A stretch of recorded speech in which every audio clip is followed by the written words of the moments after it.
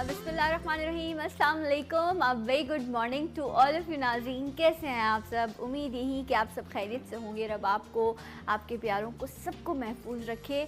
और ये जो हमारे इर्द गिर्द लोग होते हैं ना, ये जो कुछ ना कुछ कहकर हमारी ज़िंदगियों में जो है वो एक परेशानी क्रिएट करते हैं। और ऐसा है, ऐसा होता है मेरी ज़िंदगी में, आपकी ज़िंदगी में, शायद घर में, ख़ानदान में, दोस्तों में या ऑफिस में, कहीं ना कहीं ऐसा कोई ज़रूर मौजूद होगा जिसको कुछ बेसुकूनी होती है ना, जो पता नहीं क्यों टेंशन में होता है कि आप खुश क्यों हैं या आपकी ज़िंदगी में सुकून क्यों है।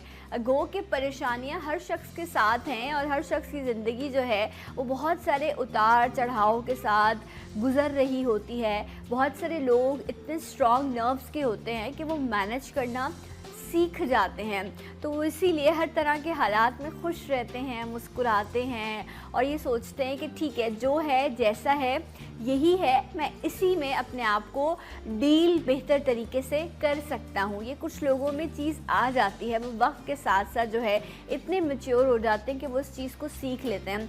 और दूसरों से ये चीज़ हज़म ही नहीं हो रही होती, उनको लग रहा होता है अच्छा ये शख्स इतना खुश है, ये क्यों खुश है, तो वो अजीब अजीब सी प्लानिंग करते हैं। और बकौल, अब तो ये तो खैर बड़ा सियासी जुमला हो जाएगा कि मैं ये कहूँगी साजिशें कर रहे होते हैं, बट यस, साजिशें भी की जा रही होती हैं।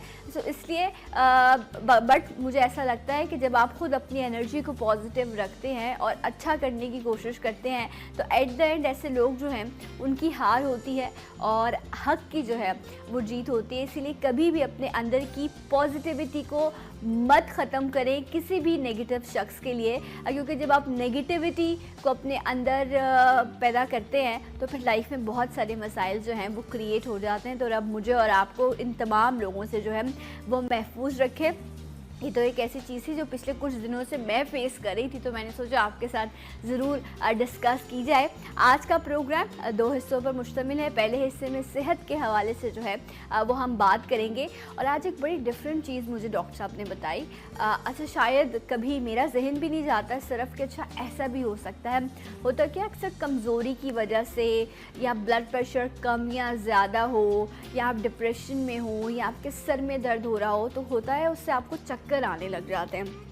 कुछ अलामात हैं जो ज़ाहिरी तौर पर हमें लगती हैं कि अच्छा ठीक है, अगर चक्कर आ रहे हैं ना तो उसकी वजह यही होगी कि सर में दर्द रहा, या खाना नहीं खाया, या जो है बॉडी में पानी की कमी हो गई, और इस तरह के दीगर बहुत सारे फैक्टर्स हैं जिनकी वजह से हमें लगता है कि हाँ ये चक्कर आ रहे हैं या घबराहट जैसी सिचुएशन हो रही है। बट मुझे डॉक्टर साहब ने बताया कि अगर कान में भी प्रेशर कम होने लग जाता है तो उसकी वजह से भी जो है वो चक्कर आते हैं। अब ये प्रेशर का मामला है या कोई और चीज़ है क्या? सो अक्सर वो लोग जो कंप्लेन करते हैं, चाहे ख़वातीन हो या मर्द हों, और वो ये कंप्लेन करते हैं कि हमें चक्कर आते हैं, तो उन्हें अपने कान का टेस्ट कराना चाहिए, क्योंकि हो सकता है कि उनके कान में कोई मसला हो जिसकी वजह से उनको बार बार जो है वो चक्कर आ जाते हैं। और वो ये समझते होंगे कि शायद वीकनेस की वजह से या किसी और प्रॉब्लम की वजह से हो रहा है, तो उसमें से कोई एक फैक्टर जो है वो कान का मसला भी हो सकता है। तो आज इस पर हम तफसीली गुफ्तगू करेंगे, कैसे कौन से लोग हैं जिनको जब चक्कर आते हैं या घबराहट होती है या उनको उस तरह की कोई फीलिंग होती है, तो उसका रीज़न जो है वो उनके कान में प्रॉब्लम जो है वो हो सकता है।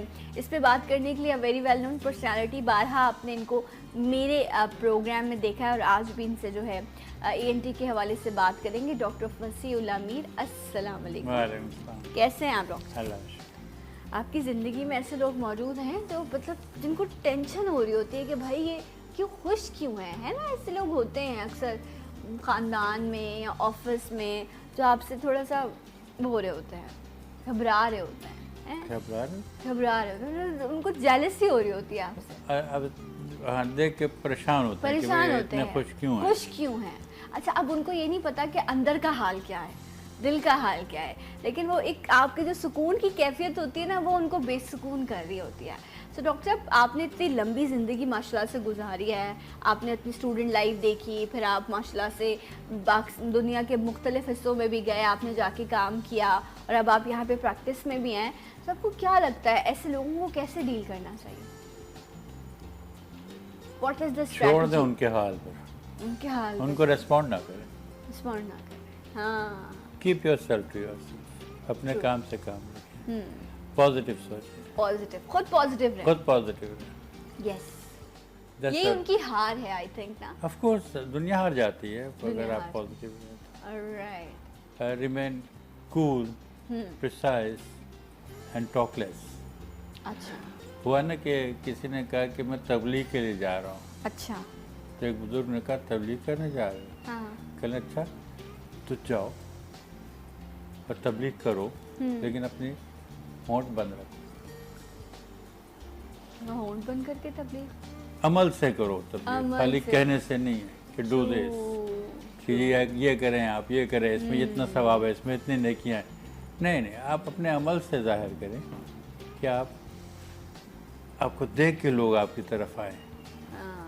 जैसे हुजूर सल्लल्लाहु अलैहि वसल्लम के वो था कि ये जादूगर है, एक खातून ने कहा भाई ये तो पता नहीं हर एक पे जादू कर रहा है, तो मैं इस बंदे से जान छुड़ाऊँ।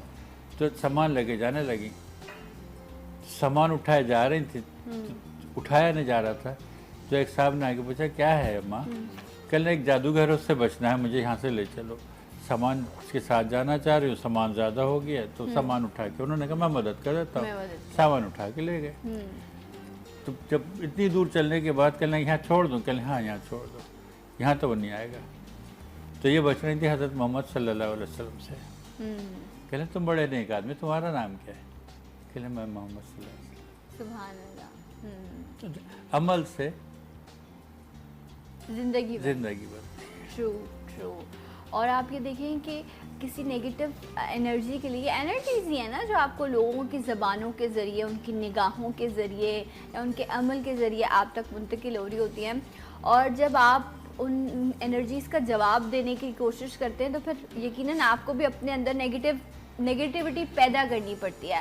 और जब आप उसे पैदा करते हैं उसकी वजह से फिर आपका चेहरे का एक्सप्रेशन हो, आपकी आवाज़ की टोन हो, आपके अंदर का जो वो एक मामला है ना वो चेंज होता है। इसलिए बहुत बार मैं अपने प्रोग्राम में एनर्जी की बात करती हूँ, वो इसलिए करती हूँ क्योंकि आपने किसी और पे काम नहीं करना, आपने अपनी शख्सियत पे काम करना है कि मैंने पॉजिटिव रहना है। बाकी दूसरों की हार इसी में ही है कि आप उनको जवाब ना दें। खामोश रहना डॉक्टर साहब मेरे ख्याल से सबसे मुश्किल काम है कि कोई आपको बोल रहा है और आप उसको जवाब भी दे सकते हैं, और जवाब ना दे तो बड़ा मज़ा आता है। बड़ा मज़ा आता है। अच्छा, लोगों को खामोशी से भी मसला होता है कि अरे भाई मैं तुम्हारे साथ आगे से बात कर रहा हूँ या तुमसे लड़ रहा हूँ और तुम जवाब नहीं दे रहे हो, तुम चुप बैठे हुए हो। ऐसा होता है घर में भी अक्सर ऐसा होता है कि अगर आपकी किसी से बात हो जाए और आपको ये लगे कि नहीं चुप हो जाना है तो बड़े मामलात ख़राब हो जाते हैं। बट बेहतरी इसी में ही है कि डॉक्टर आप 10 चीज़ों से बच जाते हैं ना चुप रहने से। फिर कोई और नई सिचुएशन जो है वो क्रिएट नहीं होती। राइट जनाब। तो सिचुएशन ये है आज की कि अक्सर जब आपको चक्कर आ रहे होते हैं तो उसमें जो है वो कान के मामलात भी जो है वो ख़राब होते हैं, जिसकी वजह से ये सारी चीज़ें होती है। डॉक्टर साहब क्या लिंक है? नॉर्मली तो हम कहते हैं ना ENT का प्रॉब्लम है तो वो एक सेम नेटवर्क है, लेकिन अगर आपको बहुत ज़्यादा फ्लू है या आपको इस तरह का प्रॉब्लम है तो आपके सर में दर्द होता है, लेकिन कान का सर के चक्कर से क्या ताल्लुक है? अगर कान का ताल्लुक अपने जिस्म के हिस्से से कंपेयर कर रहे हैं कितना कंट्रीब्यूट कर रहा है कान आपकी ज़िंदगी में, तो कान अगर ख़राब हो जाए, कान का एक हिस्सा जो अंदरूनी कान है, तो आप बैठ नहीं सकते, चल नहीं सकते, सुन नहीं सकते। So many things happen. Yes. अब कान का ताल्लुक अगर आपने पूछा और चक्कर का पूछा तो ज़रा गौर से सुनिए। हाँ जी बिल्कुल, मैं गौर से सुन रही हूँ आपका। ये कान के 3 हिस्से हैं। ठीक है। बाहर का कान पर्दे तक का, उसके बाद दरमियानी कान, फिर अंदरूनी कान। ओके। अंदरूनी कान जो है हड्डी के अंदर है और उसमें पानी भरा हुआ है। अच्छा। उस पानी के एक हिस्से से हमें सुनाई दे रहा है, यहाँ से सुनाई दे रहा है। ठीक है। और इसमें 3 जो है नालियाँ हैं ऐसे लगी हुई, इन नालियों में पानी है। अब इन नालियों में जो पानी है इसका एक खुसूसी काम है। अच्छा। पानी का एक हिस्सा तो सुनाई देने के लिए कि पानी हिल रहा है तो हमें सुनाई दे रहा है, और उसी पानी से कनेक्टेड 3 नालियां हैं, उसमें भी पानी है। वो क्या करता है, उसमें फंक्शन क्या, उसके क्यों है वो कॉन्स्टेंटली जहन को एक मैसेज भेजती हैं, और वो मैसेज ये है कि हमारी खोपड़ी, हमारा हेड, इसका हवा में साकित है हम या चल रहे हैं, अच्छा। हम मूवमेंट में है या रुके हुए हैं। अच्छा, ये message continue pass on continuously जा रहा है। ओके, कि हम बैठे हुए हैं या हम चल रहे अभी हैं। आप सुनती रहिए। हाँ, नंबर 1 तो ये मैसेज आ रहा है, ठीक है। Movement of the head from side to side, कि हम ये साइड टू साइड मूव कर रहे हैं, ठीक है।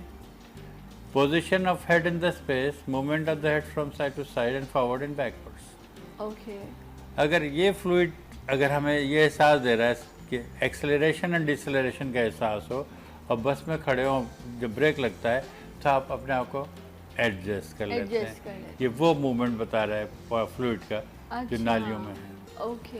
एक ब्रेन जो है सीपीयू है, अब तो कंप्यूटर आम होगा, हर एक के समझ में आएगी, कंट्रोल कर रहा है सारे जिस्म को। वहाँ पर हमारी आँखों से मैसेज जा रहा है जो सबकॉन्शियस में है।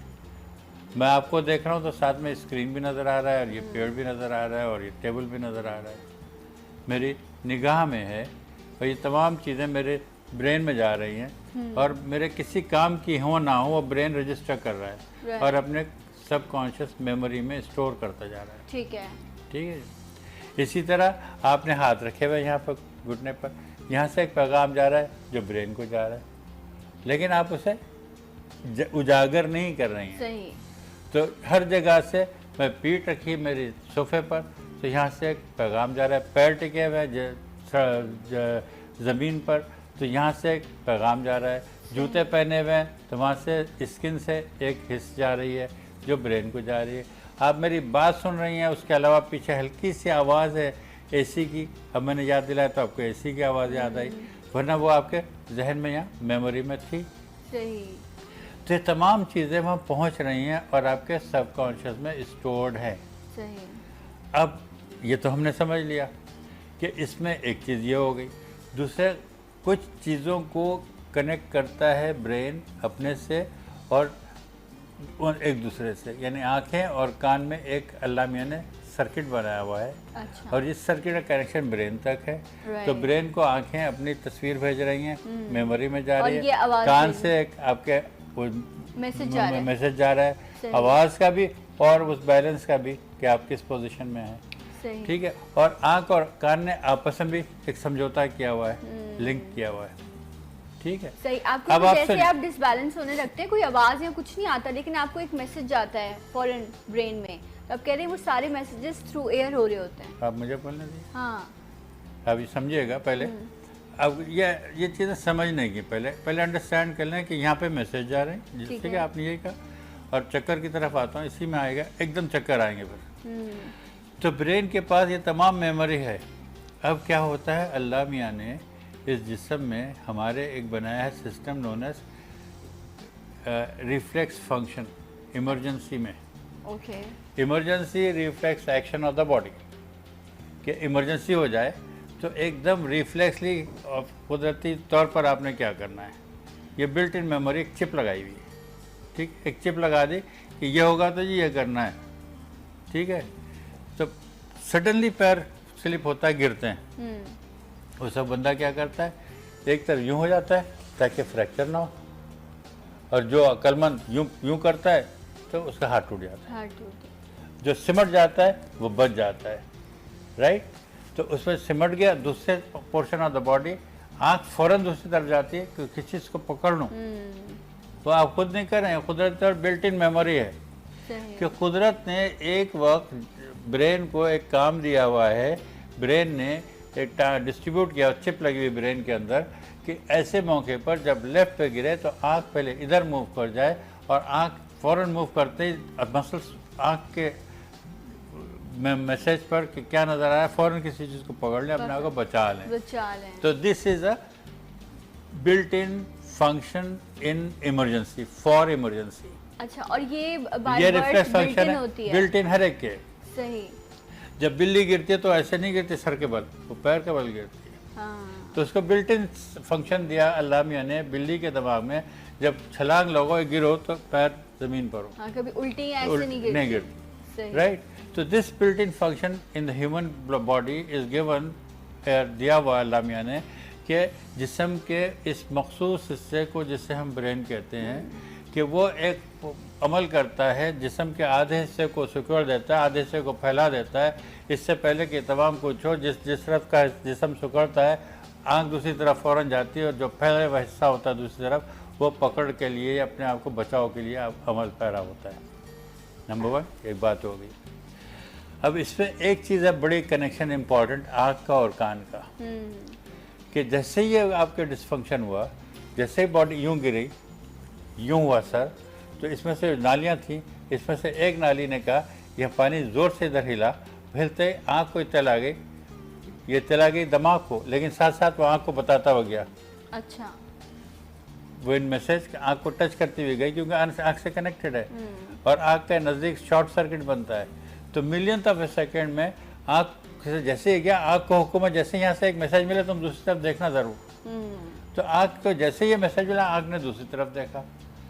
अब ब्रेन तक ये पहुँचा मामला, तो ब्रेन ने फिर सारे जगह से पूछा कि भाई पैर तुम कहाँ हो? पैर ने कहा मैं अपनी जगह हूँ। पीठ तुम कहाँ हो? पहले मैं तो सोफे से टिकी हुई हूँ। हाथ तुम कहाँ हो? अपनी जगह हूँ। हर जगह से नॉर्मल आया। तो ब्रेन ने उस आँख से कहा वापस जाओ अपनी जगह, कुछ नहीं, सब खैर है। ये तमाम चीज़ें हो रही है 1 million of A second. Exactly, कितनी अच्छा, मतलब कितना quick 1 million of A second में। वाह। तो आँख फिर वापस आ गई। लेकिन यहाँ क्योंकि कोई इरिटेशन है, अगर आप गिर नहीं रहे हैं और कोई बीमारी है और बीमारी अंदरूनी कान के अंदरूनी हिस्से से, इनर ईयर से है, तो वो हिस्से से फिर पैगाम गया, एक तेज मैसेज गया। उस मैसेज आती फिर आँख उधर गई, फिर मेरे ने वापस आ जाओ। मुझे आँख क्यों हिल रही है, हर चीज़ हिलती हुई नजर आ रही, वो चक्कर है। अच्छा, this is the basis of vertigo. Okay, तो ये कान के मसले की वजह से अब ये कान में क्यों होता है ऐसे मसला, अब इसमें आते हैं। अच्छा, ये और ये क्या कान में लोगों को गलत मैसेज क्यों जा रहा है कान से, वो उसकी कई वजूहत हैं। एक तो इटसेल्फ अंदरूनी कान में कोई मसला है, ठीक है, या वस्ती दरमियानी कान में कोई मसला है, ठीक है, कि कान के पर्दे में सुराख है और मिडल ईयर में इन्फेक्शन है, उस इन्फेक्शन की गर्माइश अंदर पहुंच रही, यानी उसके हीट इफेक्ट अंदर पहुंच रहा है, इन्फ्लेमेशन में जो चेंजेस हैं उसके इफेक्ट से इनर ईयर अंदरूनी कान में कोई ख़राब चीज़ हो रही है, कोई एक्टिविटी हो रही है, तो उसकी इत्तला दिमाग को जा रही है, और जो अंदरूनी कान से इत्तला जा रही है तो आँख घूम जाती है, आँख फिर वापस आ जाती है, तो इस आँख के मूवमेंट से चक्कर आते हैं। सही नहीं, ये तो मतलब अब ये कुछ बात लोगों को बाय बर्थ प्रॉब्लम होता है, या ये देखिए मैं बता रहा हूँ, देखिए चक्कर बाय बर्थ नहीं होते, सही बाय नहीं, ये एक प्रॉब्लम जो है कि आपको गलत मैसेज जाने वाला जो प्रॉब्लम है, ये तो देखिए ना, मैंने तो एक सिस्टम बनाया कि सिस्टम क्या है, सही, फिर उससे हम बता रहे चक्कर की वजह क्या है। सही, चक्करों की वजह तो एक तो जनरल रहने कि आपके जो एनीमिया है, खून की कमी है, तो आपको चक्कर आ रहे हैं। वो चक्कर जो है कान के चक्करों से मुख्तलिफ होते हैं। कान के चक्कर एकदम सर को घुमा देते हैं, चल नहीं सकते, एकदम आप पकड़ लेते हैं, गिर पड़ते हैं, ठीक है। ब्रेन का इफेक्ट पड़ सकता है कान के अंदरूनी हिस्से पर, तो ट्यूमर में भी हो सकता है कि इनर ईयर पे प्रेशर पड़े और चक्कर आए। तो अब मैं चक्करों की वजह बता रहा था कि कान कहाँ से आता है। आम तौर पर कान ही होता है चक्करों की वजह। अच्छा, कि अंदरूनी कान में मिडल ईयर में या तो इन्फेक्शन है, उस इन्फेक्शन में क्या होता है, 4 चीज़ें होती है। सूजन होती है, ब्लड वेसल जब ज़्यादा हो जाते हैं, और दर्द होता है, और गर्मी होती है। These are the 4 cardinal signs of inflammation। और जब ये चीज़ें होती हैं तो अंदर जो उसको हीट इफेक्ट होता है इनर ईयर के पानी में, तो पानी उसमें इरिटेशन होकर दिमाग को पैगाम जाता है। अब ये जो मिडल ईयर दरमियानी कान में मवाद, कान का बहना बहुत से लोगों का बहता है, बह के बाहर निकला, लेकिन साथ में वो अंदर जो है उस हड्डी को इरोड ऐसे लोगों को भी चक्कर आते हैं, ऐसे लोगों को भी चक्कर आते हैं जिनका कान बह रहा होता है, कान खराब हो रहा होता है, और वो शायद कभी सोचते भी नहीं होंगे कि ये चक्कर क्यों आ रहे हैं। अगर आप ब्लड एनेमिक हैं या आपको कोई और प्रॉब्लम है और अगर उसकी वजह से चक्कर आ रहे हैं, कोई रीज़न मौजूद है, तो ठीक है।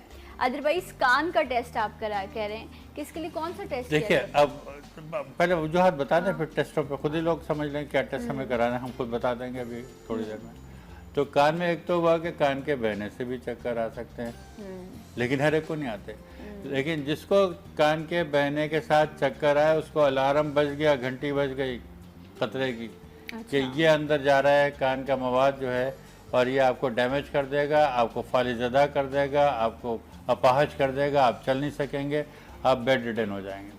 ओह, ये घंटी है खतरनाक जो बज रही, सायरन बज पैरालाइज भी हो गया, सकता ये सायरन बज गया, ठीक है। ठीक है, तो कान का बहना एक तो सबसे बड़ी चीज़ हो गई। अच्छा, हम लोग कुछ लोग हैं जिनके कान बिल्कुल ठीक हैं, कभी नहीं बहे, कान साफ है, साफ सुथरे, देखने भी सही नज़र आते हैं, उनको भी चक्कर आते हैं। उनके चक्कर की वजह ये होती है कि अंदर फ्लूइड जो उन नालियों में है या अंदरूनी कान में है, ये फ्लूइड अंदर ही बन रहा है और अंदर ही जज्ब हो रहा है। सही। तो या तो उसके बनने में और जज्ब होने में जो रेशो है, मुताबिकत है, वो ख़त्म हो गई है। अच्छा, उसका balance, disbalance in the absorption and the formation of the fluid के बनने में और जज्ब होने में वो रेशो आपस में मैच नहीं कर रहा है। यानी फ्लूइड बन तो रहा है नॉर्मल, लेकिन जज्ब नहीं हो रहा है, तो प्रेशर दे रहा है। या फ्लूइड ज़्यादा बन रहा है, हालांकि नॉर्मल जज्ब हो रहा है, तो प्रेशर बन तो रहा है। प्रेशर बन रहा है। तो हर सूरतों में फ्लूइड का ज़्यादा होना, हम उस कंडीशन कहते हैं हाइड्रॉप्स, अच्छा, ठीक है। फ्लूइड ज़्यादा हो गया और प्रेशर दे रहा है। और जब ऐसे होता है तो बाद लोगों को एक डिजीज़ होती है कि फ्लूइड बनता है चंद अरसे के लिए, फिर वो नॉर्मल हो जाता है। अच्छा। उसमें 3 चीज़ें होती हैं। कान में एक तो चक्कर आते हैं, चक्कर आने के अलावा कान में आवाज़ें आती हैं, शां शां होता है, और कान में शां शां होने के अलावा सुनाई देना कम होता है टेम्पररीली। जब फ्लूइड का प्रेशर ठीक होता है तो ठीक हो जाते हैं, उसको हम कहते हैं मेनियर्स सिंड्रोम। अच्छा, कुछ लोगों के साथ होता है, कान में अजीब सी आवाज़ें आती हैं, उसके बाद चक्कर आने लग जाते हैं उनको, ये प्रॉब्लम है। मैं भी ऐसे कुछ लोगों को जानती हूँ जिनके साथ ये प्रॉब्लम है कि बड़ी साएँ साएँ जैसी आवाज़ें आ रही हैं कानों से, और उसके बाद एकदम से चक्कर आए या घबराहट सी कैफियत हो गई, तो ये फैक्टर हो सकता है जनाब। उसमें। अच्छा, Right. ये मेरी टॉक थी, अगर ये इसकी रिकॉर्डिंग रख लें और इससे मैं अगर इसको सुना दूं अपने पेशेंट को, मैं भी ये सोच रहा था इस लम्हे कि मुझे कितना मुश्किल से समझाना पड़ता है एक पेशेंट को, तुम्हें चक्कर क्यों आ रहे हैं, क्यों आ रहे हैं। तो ये वजह है चक्कर आने की। और अगर ये जो नॉर्मल कानों में चक्कर आते हैं, ऐसे ख्याल आ गया था, मैं कितनी मुश्किल चीज़ मैंने समझा दी है, और हर एक को ये समझाना रोज़ मुश्किल होता है। True. और रोज़ कहते हैं डॉक्टर के पास गए, उन्होंने दवाई लिख दी चक्कर की, भाई अच्छा, हम बेचारा। आपको रिकॉर्डिंग दे देंगे, आप वो लगा अपने पास रख बिल्कुल दे लीजिएगा, दीजिएगा ठीक ये। है। तो ये अच्छा, कि अब जब आप पेशेंट इसको और आएगा, सुन- आप डीवीडी लगा के उनको सुना एग्जैक्टली दीजिएगा। सुना दीजिए। नहीं, ये बड़ा मुश्किल है, बहुत हाँ, कम होता है, exactly. आमद होती है ना, जैसे हाँ। मूड होता है बताने का। तो आज मैं आया तो आपने कहा क्या टॉपिक डिस्कस करें, तो मैंने कहा चक्कर ही करें, मुश्किल टॉपिक ही डिस्कस करें। It's a very difficult topic, it's a very difficult क्योंकि थिंग। मैं कुछ और सोचा हुआ था, बट आपने कहा इस चीज़ की ज़रूरत है डिस्कस इसकी ज़रूरत करने है, की। लोगों को नॉलेज तो चाहिए, क्योंकि मेरे exactly. पास अभी 1-2 दिन में ऐसे पेशेंट आए कि सडनली उन्हें चक्कर आए, सब परेशान थे, दोबारा चक्कर आए, दौड़ के इमरजेंसी में गए। लोगों को अगर इस समझ में आए जो चक्कर क्या है, तो they will go to proper doctor. अच्छा, नॉर्मली ब्लड प्रेशर की वजह या खून की कमी कहा जाता है। मैं बता रहा हूँ, अभी आ रहा हूँ। ब्लड प्रेशर बहुत ज़्यादा हो जाए, ब्रेन हैमरेज हो जाए, चक्कर, बेहोश, ब्रेन हैमरेज हो गया, तो चक्करों को डायग्नोस करना बहुत ज़रूरी है इनिशियल स्टेज पर। फिर ये तय करना कि ये चक्कर किस वजह से है, किस डॉक्टर के पास है। अब एक पेशेंट बेचारा घर में बैठा है, उसको चक्कर आ गए, वो क्या फैसला करेगा मैं कहाँ जाऊँ। हाँ। हमारे पास इस मुमलिकत पाकिस्तान में, मेरे इस अजीज़ वतन में, एक चीज़ की कमी मैं बहुत ज़रूर महसूस करता हूँ, बहुत बुरी तरह महसूस करता हूँ। I wish I could do something for that, and that is a proper guidance to the patient where to go. Patient बेचारे ये नहीं जानते कहाँ जाना है, कहाँ जाना है, किस मसले के लिए कहाँ जाना है। True. उनको गाइडेंस देने वाला कोई नहीं है। हर शख्स अपने अपने में लगा हुआ है, और ये मेडिसिन की फील्ड भी ऐसी वो तो अपना अपना तो लगा हुआ है आजकल। चक्कर सबसे बड़ी चक्कर आने के बजाय टॉक शो में चक्कर आके रख देते हैं, क्या करें। तो बात नहीं, रिमोट है आपके पास, आप चैनल स्विच Right. कर सकते हैं अगर आपको चक्कर आ रहे हैं कोई ऐसी चीज़ देखकर। बट यस, ये बड़ा प्रॉब्लम है। और मैं डॉक्टर साहब एक और चीज़ मुझे बताइए कि जो आप कह रहे थे ना कि ब्रेन से मैसेज ये जो कनेक्शन है कि फ़ौरन मैसेज जाता है कि आप डिसबैलेंस हो रहे हैं या आपको चोट लग गई है। जब चक्कर आके अक्सर लोग ये कंप्लेन करते हैं ना, मुझे चक्कर आया, उसके बाद मुझे पता ही नहीं चला, मैं गिर गया, मुझे चोट लग गई, या अक्सर लोगों को बहुत सारी इंजरीज हो जाती हैं इसकी वजह से। तो उस टाइम वो मैसेज वाला One of the कनेक्शन टूट ENT जाता है। surgeons died in bathroom by chakkar. He fell over and died. ENT चोट आई। सर्जन, हाँ, ओह, of Concord near Jacobabad. कनकोड, अच्छा। अच्छा, in fact वो फिसले या चक्कर है तो चक्करों से गिर के आपको हेड इंजरी हो सकती है। It can be so much fatal, fracture हो सकता है, it can be so much fatal, it can be so much fatal. Allah माफ़ करे, तो उस पेशेंट को बेचारे को जिसको चक्कर है कहाँ जाना चाहिए, मैं उसको गाइड कर रहा हूँ, प्लीज़ ये मुझे लेट में गाइड देम। देखिए सबसे पहले तो आप देखें कि आपको ब्लड प्रेशर तो नहीं है, ठीक है, क्या आपने रेगुलर चेक कराया है। Go to your physician, get your blood sugar tested, blood pressure tested और ईसीजी करवा ली, ठीक है। अच्छा। मैं गाइडेंस दे रहा हूँ उन्हें, सही, और ये गाइडेंस जनरल प्रैक्टिशनर्स के लिए, उन डॉक्टर्स के लिए जिनके पास ऐसे पेशेंट आते हैं, बेचारों उनको खुद नहीं अंदाजा रहता है कि इस वक्त क्या करें। It's such difficult thing if a person is elderly coming to you, अगर उसकी 40 साल से ज़्यादा उम्र है, वो आता है तो फिर आपके जहन में होता है भाई एकदम इसको चक्कर है, हार्ट अटैक ना हो गया, हार्ट सिंक ना कर रहा हो, ब्लड प्रेशर बहुत ज़्यादा ना हो। तो ये तमाम चीज़ें हैं, टेस्ट करके अपने आप को सेव करें, अपने आप को बचाएं, पेशेंट की मदद करें। सही, क्या आप उसके टेस्ट कर लें, उसके पहले तो आप एग्जामिन करें, ब्लड प्रेशर लें, ब्लड टेस्ट करें, और फिर उसके देखें आंखें मूव तो नहीं कर रही हैं। अच्छा, तो ये अक्यूट कंडीशन, आंखें मूव कर रही हैं, नेस्टैग्मा से उसको दाखिल करवा दें, भेज दें टर्शरी केयर हॉस्पिटल में। पूछ लें कान में आवाज़ें तो नहीं है, हिस्ट्री ले लें। तो अब ये चीज़ें हैं कि चक्कर अगर किसी को आए तो फैमिली डॉक्टर के पास जाए, फैमिली डॉक्टर फिर रात आयुन करे आपको कहाँ जाना है। सही, और अक्सर फैमिली डॉक्टरों को मैं गाइडलाइन इसलिए दे रहा था, ईसीजी भी सजेस्ट ईसीजी भी करें। जरूरी है। देखिए कार्डिक सिंकिंग से भी एकदम चक्कर आता है, ब्रेन को उस हिस्से को ऑक्सीजन नहीं मिली थोड़ी देर के लिए, एकदम चक्कर आ गए।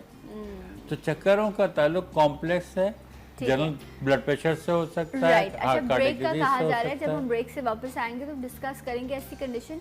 कुछ लोग हैं जिनको चक्कर आते हैं और कुछ लम्हे बाद वो खुद नॉर्मल हो जाते हैं, कुछ लोग ऐसे हैं जो बेहोश हो जाते हैं बाकायदा, और उनके साथ मल्टीपल प्रॉब्लम्स हो जाते हैं। तो उस पर भी डॉक्टर साहब से डिस्कस करेंगे आफ्टर दिस ब्रेक। मेरे साथ रहिए, सलाम पाकिस्तान।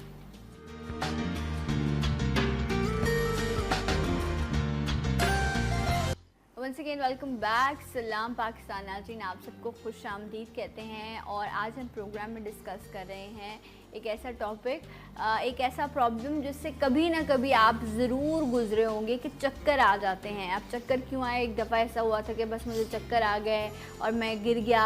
अच्छा, क्या ब्लड शुगर कम हो गई थी, ब्लड प्रेशर का प्रॉब्लम था, या हार्ट का प्रॉब्लम था, या आप ब्लड एनेमिक है, मल्टीपल रीज़न जो हैं वो हो जाते हैं। अक्सर आपने खाया पिया ना हो, आपकी बॉडी में वीकनेस हो रही है, उसकी वजह से भी डॉक्टर साहब जो है ये प्रॉब्लम होता है। बट मेनली क्या क्या रीज़न्स हो सकते हैं, क्या फैक्टर्स हो सकते हैं, डॉक्टर साहब ने बताया। उन्होंने, डॉक्टर साहब ने ये भी कहा कि कान में जो है वो प्रॉब्लम होती है, जिसकी वजह से अक्सर लोगों को चक्कर आते हैं, और इसके लिए प्रॉपर इन्वेस्टिगेशन जो है वो ज़रूरी है, और आपको क्या कुछ करना चाहिए। डॉक्टर साहब मुझे ये बताइए कि ऐसी कंडीशन जिसमें कुछ सिवियर हो जाती है ना प्रॉब्लम, जब आप उसको डील नहीं कर रहे होते।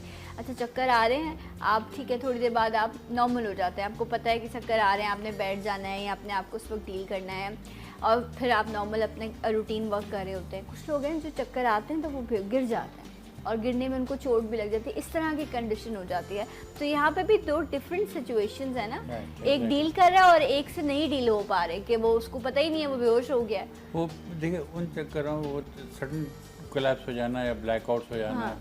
गिर जाना, वो ब्रेन से ताल्लुक हो सकता है, अच्छा, राइट। हाँ, और तो चक्करों के लिए अपार्ट फ्रॉम ईएनटी कान के अलावा दूसरी चीज़ भी हो सकती है। तो चक्करों में फिर मज़ीद टेस्ट करने पड़ते हैं, जिसमें सीटी स्कैन, एमआरआई ब्रेन, सुनाई देने का टेस्ट, और बाकी तमाम जो टेस्ट बताए मैंने।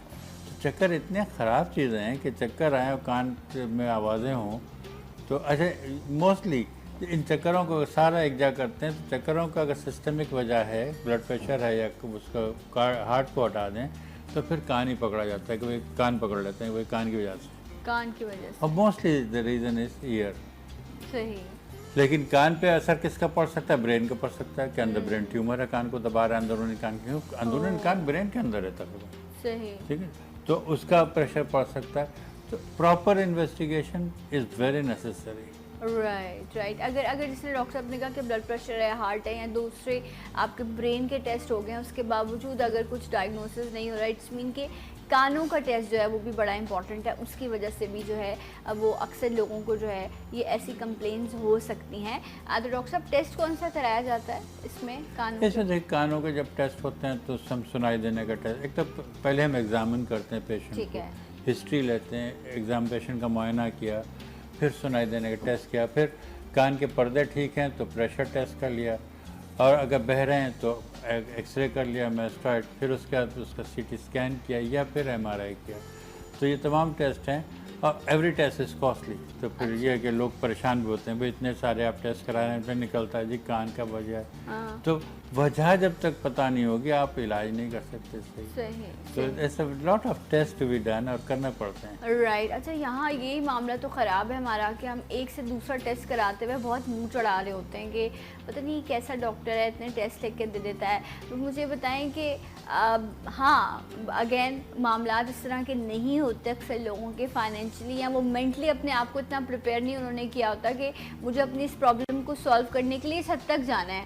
सो हम इन्वेस्टमेंट और जगह पर कर रहे होते हैं, वीकेंड पर हम फैमिली के साथ बाहर भी जा रहे होते हैं, खाना पीना भी खा रहे होते हैं, शॉपिंग भी कर रहे होते हैं, लेकिन जहाँ सेहत की मामला आता है वहाँ आकर हमारे पास हमारा बजट आउट होने लग जाता है। अच्छा हमें लगता है ठीक है थोड़े बहुत चक्कर है, कमज़ोरी की वजह से आ रहे होंगे। ये जो इन्वेस्टिगेशन वाला प्रोसेस है ना, इससे हम गुजरना ही नहीं चाहते डॉक्टर साहब। हम चाहते बस एक बार जाएं, बड़े से बड़ा मसला है, छोटे से छोटा है, डॉक्टर हमें बस दवा लिख दे और बस अच्छा जी अल्लाह हाफिज़, काम ख़त्म, थैंक यू, बस इतनी ज़रूरत है हमारी।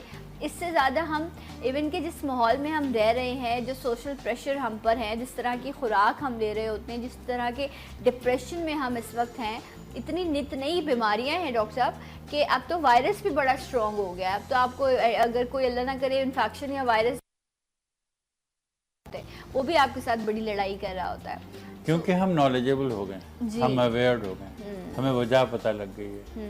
जब वजह पता लग जाती है, जितना नॉलेज होती है उतने हम डरपोक होते हैं। अच्छा जाहिर सी बात है, उतना हम एहतियात करते हैं, उतना हम इन्वेस्टिगेट करते हैं, तो हमारे पास सहूलतें बढ़ गई हैं। तो ये नहीं कि हमें काम नहीं आता, हम क्लिनिकल जजमेंट को प्रूफ करके इलाज करते हैं। सही। पहले था कि हम क्लिनिकल अपने एक्सपीरियंस पे, क्लिनिकल जजमेंट पे फैसले कर देते थे।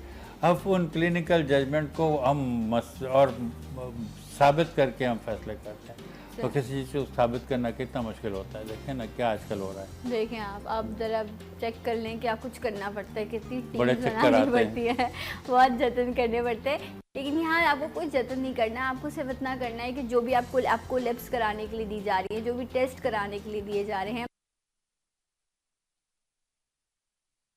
है मर्ज, तो वो फिर अक्सर ऐसा हो जाता है कि वो लाइलाज भी हो जाता है। इसलिए जिस अच्छा बेहतर टाइम पर अगर आप ट्रीट करा लें तो बेहतर होगा। डॉक्टर साहब अगर इन्वेस्टिगेशन में आ जाता है कि पानी का प्रेशर है या पर्दे में कोई प्रॉब्लम है, फिर ट्रीटमेंट क्या होता है? Medicine, mostly medicine. अच्छा। अगर कान बह रहा है तो उसकी सफाई ज़रूरी है, क्योंकि कान के उसके डिजीज़ को निकालना कान से बहुत ज़रूरी है। फिर that is surgery, cleaning of the ear. कान के बहने को रोकें, बहने को रोकने के लिए दवाएं या फिर सर्जरी, सफाई कर दें।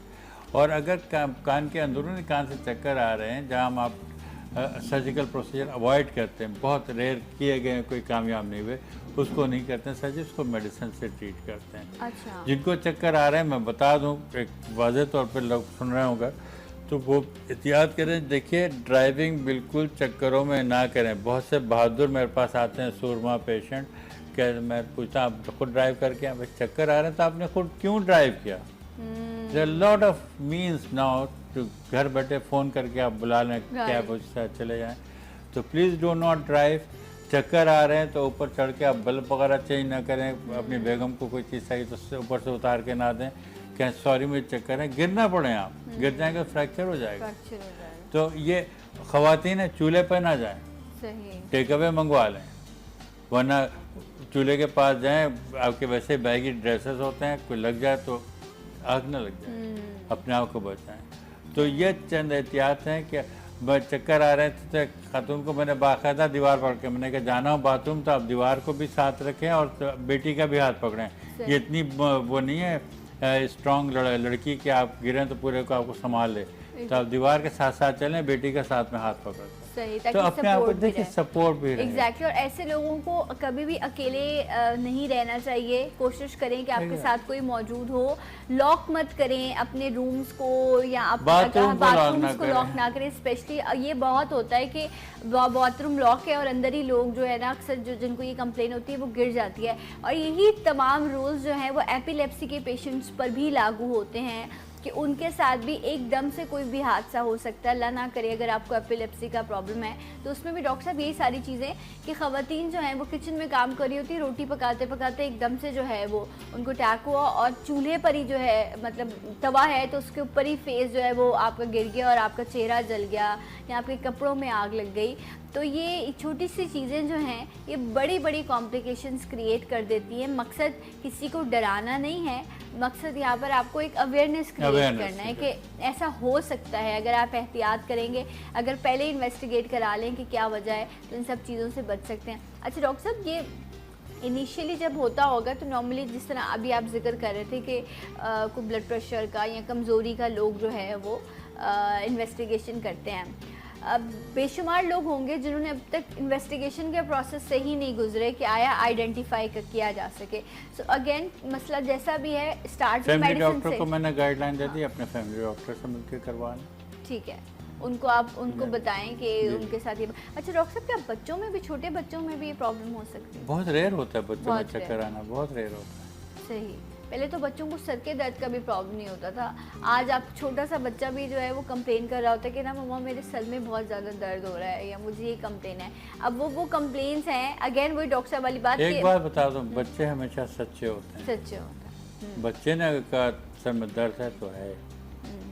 ये टेक इट फॉर ग्रांटेड कि बच्चे कभी झूठ नहीं बोलते। मासूम है ना, वो सच बोलते हैं। उन्होंने दुनिया देखी नहीं होती ना, तो उनको चलाकियों का नहीं पता। चलाकियों का नहीं पता। हाँ एग्जैक्टली राइट जनाब। तो इसलिए अगर बच्चे आपसे कोई कंप्लेन करते हैं तो उसको इजी मत लें, उसको भी आप इन्वेस्टिगेट कराएं कि आया क्या वजह है। डॉक्टर साहब थैंक यू सो मच, बहुत शुक्रिया आपके आने का।